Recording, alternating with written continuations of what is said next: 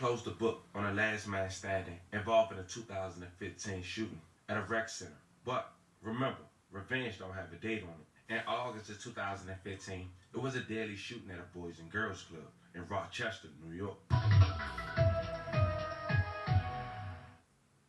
That's right, 3 people are dead and 4 others injured after a shooting. It happened at a Boys and Girls Club in New York. This is brand new video from the scene. Officers say that someone drove by and shot out of a car. They say a large crowd has been gathering overnight near the scene.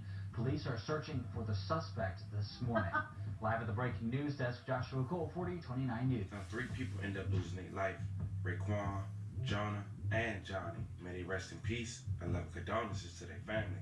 But over 5 people were struck, some going to local hospitals on personal transportation. Now, it wouldn't be till a month later, but a guy you see on the screen above, family, at the time just 21 years old, Johnny Blackshill Jr.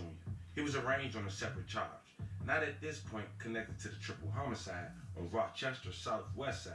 He was charged for an alleged armed robbery just 2 weeks before that shooting at Lake Avenue convenience store. Blackshill is accused of using a handgun to rob the store of $150 and some cigars. A clerk at the store had identified Blackshill and the weapon, which was recovered from Blackshill's car, along with the clothing allegedly taken from Eastview Mall store on August 24th.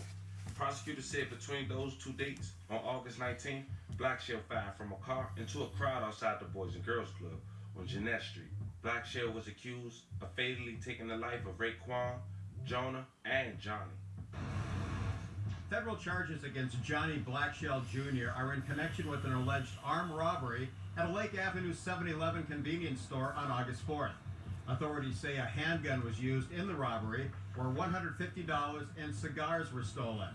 Blackshill is also charged with possessing a handgun found in a vehicle he was driving after 2 accomplices allegedly stole clothing from a store at Eastview Mall on August 24th. Blackshill is charged under the Hobbs Act relating to the effect of the robbery on interstate commerce. 7-Eleven is obviously a nationwide franchise, so the depletion of the assets, so to speak, or the taking of the assets from 7-Eleven inherently affects interstate commerce. Federal Magistrate Jonathan Feldman called the weapons charge against Blackshill complicated, as it may be connected to state charges Blackshill faces. Blackshill was charged with first-degree murder in city court in connection with the August 19th drive-by shooting of 7 people on Genesee Street. 3 died and 4 others were wounded as they left the basketball game at the Boys and Girls Club. Blackshill is accused of using an AK-47 in that shooting.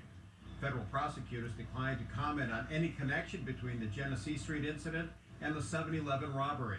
A lot of the times, we'll see an indictment that may include some of the same complaint of conduct on the state charge, but under a different theory, under a federal law. Brings in the issue of double jeopardy and things like that, and those are some things that we'll look at very closely as the case progresses. Some believe federal authorities are being more aggressive in their robbery case against Blackshill because of his ties to the Genesee Street murders.